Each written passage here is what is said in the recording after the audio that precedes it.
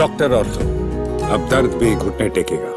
नमस्कार, मैं कीर्ति भारद्वाज। एक बार फिर से आप सभी का स्वागत है चैनल 4 न्यूज इंडिया। महाराष्ट्र में 29 महानगर पालिकाओं के महापौर पदों के लिए आरक्षण की सोदत यानी लॉटरी गुरुवार को घोषित कर दी गई। इस प्रक्रिया के साथ ही राज्य की शहरी राजनीति में हलचल तेज हो गई है।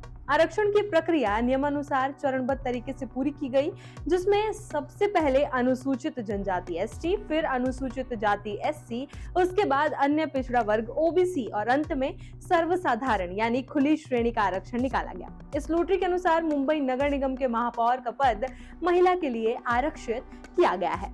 लॉटरी के तहत ये स्पष्ट किया गया कि मुंबई नगर निगम में खुली श्रेणी की महिला महापौर बनेगी। इस फैसले के साथ ही राजनीतिक समीकरणों में बदलाव की स्थिति बन गई है। विशेष रूप से भारतीय जनता पार्टी के लिए आरक्षण अहम माना जा रहा है, क्योंकि इससे भाजपा के लिए मुंबई के महापौर पद का दावा पेश करने का रास्ता साफ हो गया है। हालांकि इस आरक्षण प्रक्रिया पर उद्धव ठाकरे के नेतृत्व वाले शिवसेना यूबीटी ने आपत्ति जताई है।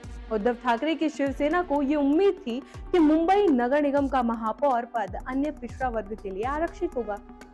जब लॉटरी के दौरान ये स्पष्ट हुआ कि मुंबई का महापौर पद खुली श्रेणी की महिला के लिए होगा, तो शिवसेना यूबीटी ने प्रक्रिया पर सवाल उठाए। यह आपत्ति लॉटरी की प्रक्रिया के दौरान ही सामने आई, जिससे कुछ समय के लिए भ्रम की स्थिति भी पैदा हो गई। बावजूद इसके नियमों के अनुसार पूरी प्रक्रिया को आगे बढ़ाया गया और आरक्षण की अंतिम सूची घोषित कर दी गई।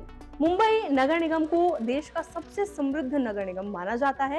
इसका बजट कई राज्यों के बजट के बराबर होता है। ऐसे में मुंबई नगर निगम के चुनाव और महापौर पद को लेकर न केवल महाराष्ट्र बल्कि पूरे देश की निगाहें टिकी रहती हैं। हाल ही में घोषित हुए नगर निगम चुनावों के नतीजों के बाद से ये चर्चा तेज थी कि महापौर की कुर्सी किसके हिस्से आएगी और आरक्षण का स्वरूप क्या होगा। अब लॉटरी के ऐलान के बाद स्थिति काफी हद तक स्पष्ट हो गई है। आरक्षण लॉटरी के अनुसार अन्य पिछड़ा वर्ग यानी कि ओबीसी के लिए कुल 8 महानगर पालिकाओं के महापौर पद आरक्षित किए गए हैं। इनमें 4 महिला और 4 पुरुष आरक्षण शामिल हैं। ओबीसी महिला के लिए जलगांव, चंद्रपुर, अहिल्यानगर और अकोला महानगर पालिकाओं को आरक्षित किया गया है।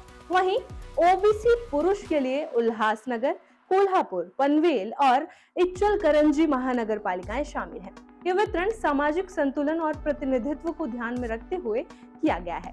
मुंबई नगर निगम की बात करें तो 227 सदस्यीय सदन में भारतीय जनता पार्टी सबसे बड़ी पार्टी बनकर उभरी है। भाजपा ने कुल 89 पार्षदों की सीटें जीती हैं। भाजपा ने ये चुनाव उप मुख्यमंत्री एकनाथ शिंदे के नेतृत्व वाले शिवसेना के साथ महागठबंधन यानी महायुति के तहत लड़ा था।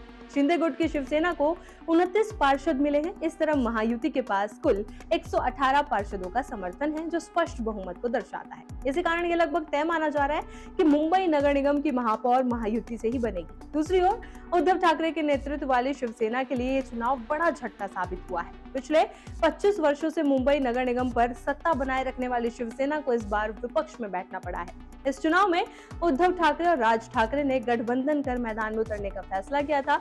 इस गठबंधन के तहत उद्धव ठाकरे की शिवसेना के 65 पार्षद और राज ठाकरे के नेतृत्व वाली पार्टी के 6 पार्षद निर्वाचित हुए। दोनों की संयुक्त संख्या 71 रही, जो बहुमत से काफी दूर थी। इसके अलावा उद्धव ठाकरे की शिवसेना ने महापौर चुनाव के बहिष्कार का भी फैसला किया। मंत्रालय में आयोजित आरक्षण लॉटरी के अनुसार 29 महानगर पालिकाओं को विभिन्न श्रेणियों में वर्गीकृत किया गया है। अनुसूचित जाति के लिए 3 महानगर पालिकाएं आरक्षित की गई हैं। अनुसूचित जनजाति के लिए 1 महानगर पालिका को आरक्षित किया गया है, जिसमें कल्याण डोंबिवली नगर निगम शामिल है। अन्य पिछड़ा वर्ग यानी कि ओबीसी के लिए 8 महानगर पालिकाएं आरक्षित की गई हैं, जबकि शेष 17 महानगर पालिकाएं सामान्य यानी खुली श्रेणी में रखी गई हैं। बने रहें चैनल 4 न्यूज इंडिया के साथ। डॉक्टर ऑर्थो, अब दर्द भी घुटने टेकेगा।